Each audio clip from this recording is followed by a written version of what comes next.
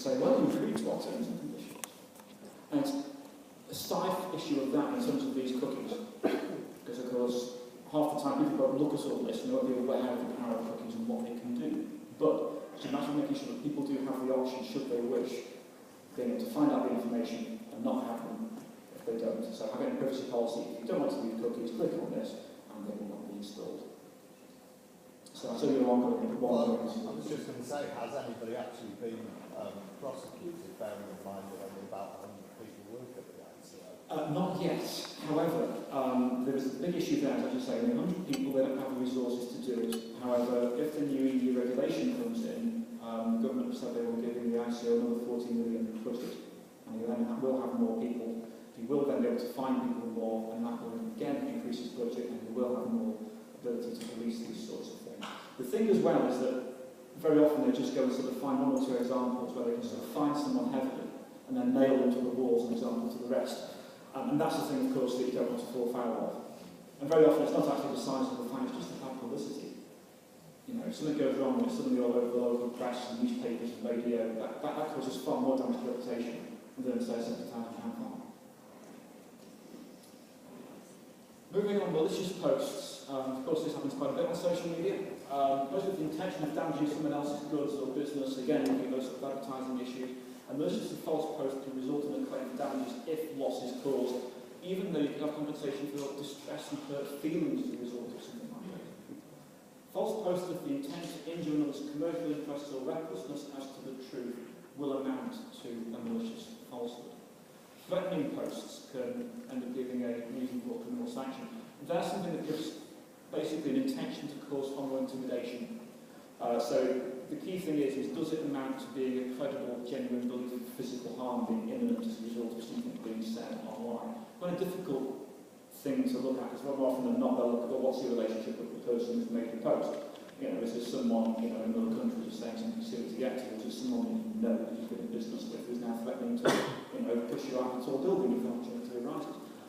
They'll always look at the wider issue, but it's then showing that conduct online will still be taken into account when it comes to those sorts of matters. Slander and defamation, of course, is quite critical. The main way of thinking about this is this lady, Sally Burker, reality TV star, wife of the Speaker of the House of Commons. She was on I'm a Celebrity, Get Me Out of Here, and all this sort of stuff.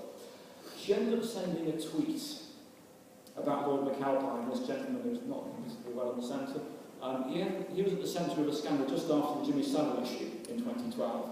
He was accused of similar issues by Panorama that ended up not being true. However, he turned around and said, right, people that were then sending material about this online, I've got the money to come after you. Most people don't have the resources to do this. I do. She basically sent a tweet saying, why is Lord Irvine trending innocent face? Also, Alan Davies was one of 10,000 other people that sent tweets or retweets with regards to these allegations. Once it was all proved to be totally manufactured and made up, he then says, right, anyone with less than 500 followers, I'm not worried. You're the sort of people that I'll send you a letter, £15 donation to charity, and we'll say no more about it. People like Alan Davies, people with more than 10,000 followers, I'm going to pursue you for a sizable cash sum. And I will pursue you for damages for defamation as a result. He does the same thing with Sally Burker. Now, Alan Davies receives a letter and just settles and it goes away. Will you pay up? Yes, I will. Clear off, go. She decides to fight it. It's all the way to the High Court, and a year later, there's then a judgment. She ends up being found guilty of defamation. The tweet was there, you couldn't argue about it, that's what she said. All it was just that those few words. She then had to pay a sum in libel damages. She had to pay £60,000 on account of his costs. And then she had her own legal costs and defended it that far as well. So probably didn't have much change out of £100,000 over sending just one tweet. What's the test for defamation? If a post lowers someone's position, their establishment, their standing in the estimation of the right-thinking members of society, it breaches the law of libel. Now, in the UK, unfortunately, we have a very, very strict definition of libel and very high damages that can flow as a result, far more than in many other countries in the EU or certainly in the US. reason why very often people actually come to the UK for the purposes of actually enforcing issues like this. So if someone's opened up to hatred, ridicule or contempt, or exclusion from society as a result of something that's said, or even the impugning of a lack of professional skill or efficiency, that can be defamation. And when you look at that last bit, impugning a lack of professional skill or efficiency, even a throwaway comment like, he's an idiot, could be sufficient, particularly depending on who you are and what you're talking about. I've just put this open very quickly just to talk about the providing of information. This was with regards to a school that was accused of accessing a student's Facebook page, asking the student to provide their login and password information. No one can compel you to provide your social media or any account login and password information. You cannot be compelled to do this. The only people that can do that are the police during a criminal investigation.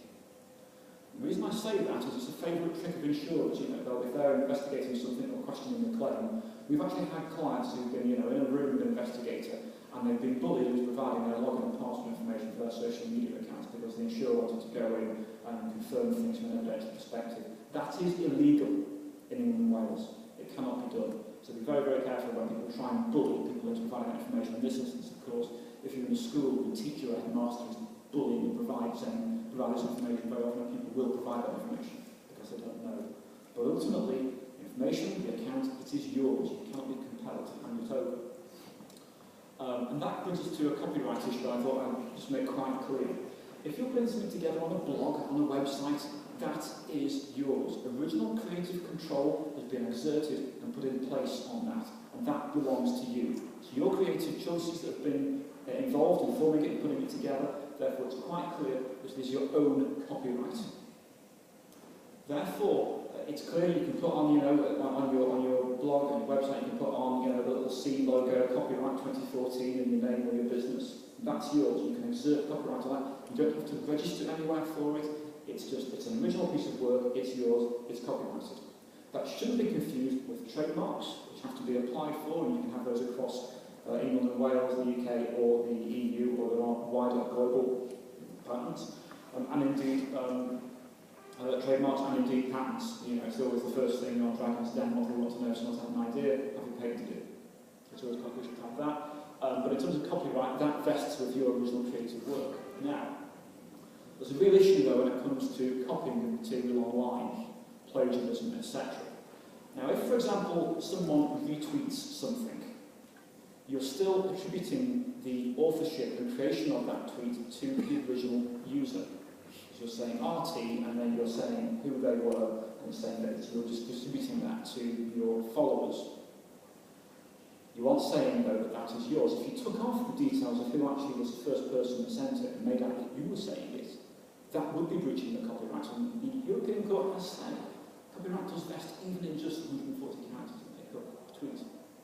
So, therefore, a post or even a tweet could offend copyright law if it reproduces even part of an isolated sentence from a copyright word and doesn't attribute it. And the real danger of this is I know that certain benefits in place now, but there was the Press This app on WordPress that would allow you to go through someone else's blog or newspaper article, cut and paste, and put it into your own blog post just very, very easily. Just you would have a little post on but by default, it does include a link from that original site.